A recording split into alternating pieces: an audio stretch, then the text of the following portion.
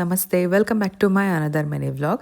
ಮಕ್ಕಳನ್ನ ಸ್ಕೂಲ್ಗೆ ಡ್ರಾಪ್ ಮಾಡ್ಬಿಟ್ಟು ಬಂದ ಮೇಲೆ ಹಸ್ಬೆಂಡ್ಗೆ ಲಂಚ್ ಬಾಕ್ಸ್ ಎಲ್ಲ ಪ್ಯಾಕ್ ಮಾಡಿ ಹಸ್ಬೆಂಡ್ನ ಆಫೀಸ್ಗೆ ಕಳ್ಸೋಣ ಅಂತ ಹೊರಗಡೆ ಬಂದು ನಿಂತ್ಕೊಂಡ್ರೆ ಫುಲ್ಲು ಆಶ್ಚರ್ಯ. ಇದೇನಿದು ಅಮೆರಿಕದಲ್ಲೇ ಇದೀವ ಅಥವಾ ಊಟಿ ಕೊಡೈಕೆನಾಲ್ಗೆ ಬಂದ್ಬಿಟ್ಟಿದೀವ ಅಂತ ಒಂದ್ ನಿಮಿಷ ಅಂತೂ ಅನ್ಸಿದ್ ನಿಜ. ನೀವಿಲ್ಲಿ ನೋಡ್ತಾ ಇರ್ಬೋದು, ಕಂಪ್ಲೀಟ್ ಆಗಿ ಫಾಗ್ ಇಂದ ಮನೆಗಳೆಲ್ಲ ಮುಚ್ಚಿ ಹೋಗಿದೆ. ಮರಗಳು ಬಿಟ್ಟು ಮನೆಗಳು ಅಷ್ಟು ನೀಟಾಗಿ ಕಾಣಿಸ್ತಾನೆ ಇರಲಿಲ್ಲ. ಚೆನ್ನಾಗಿತ್ತಲ್ವಾ ಅಂತ ಹೇಳ್ಬಿಟ್ಟು ಒಂದಷ್ಟು ಫೋಟೋ ಸೆಷನ್ ಮಾಡ್ಕೊಂಡ್ವಿ. ರೆಡಿ ಅಂತೂ ಆಗಿರಲಿಲ್ಲ, ಹಸ್ಬೆಂಡ್ ಏನೋ ಆಫೀಸ್ಗೆ ಹೊರಟಿದ್ರು. ಇರ್ಲಿ ಅಂತ ಒಂದ್ 2 ಪಿಕ್ಚರ್ ತಗೊಂಡು ಹಂಗೆ ಪೋಸ್ಟ್ ಕೂಡ ಮಾಡಿದೆ. ವಿಡಿಯೋ ಸ್ಟಾರ್ಟಿಂಗ್ ಅಲ್ಲೇ ನೀವು ನೋಡಿದ್ರಿ. ಅವತ್ತಿನ ದಿನ ಅಷ್ಟೊಂದೇನು ಚಳಿ ಇರಲಿಲ್ಲ, ಹ್ಯುಮಿಡಿಟಿ ಇತ್ತು. ಅದಾಗಿದ್ ನೆಕ್ಸ್ಟ್ ದಿನದಿಂದ ಮತ್ತೆ ಚಳಿ ಸ್ಟಾರ್ಟ್ ಆಯಿತು. ಹಾಗೆ ನೀವು ಇಲ್ಲಿ ನೋಡ್ತಾ ಇರ್ಬೋದು, ಒಂದು ಸೈಕಲ್ ಇಟ್ಟಿದ್ದೀನಿ. ಇದು ನನ್ನ ಚಿಕ್ಕ ಮಗಳದು. ಅವಳಿಗೆ ಹೊಸ ಸೈಕಲ್ ತಗೊಂಡ್ವಿ, ಯೂಸ್ ಇಲ್ಲ, ಲಿಟ್ರೆ ಯಾರಾದ್ರೂ ತಗೊಂಡು ಹೋಗ್ತಾರೆ ಅನ್ನೋದಕ್ಕೋಸ್ಕರ 3 ದಿನ ಆಗಿತ್ತು. ಆದ್ರೆ ಯಾರು ಕೂಡ ಮುಟ್ಟಿಲ್ಲ. ಮಕ್ಳು ಯಾರು ಆಟ ಆಡ್ಬೇಕಾದ್ರೆ ಇಲ್ಲಿ ಇಟ್ಬಿಟ್ಟು ಹೋಗಿರ್ಬೋದು ಅನ್ನೋದಕ್ಕೋಸ್ಕರ ಯಾರು ಎತ್ಕೊಂಡು ಹೋಗಿರ್ಲಿಲ್ಲ.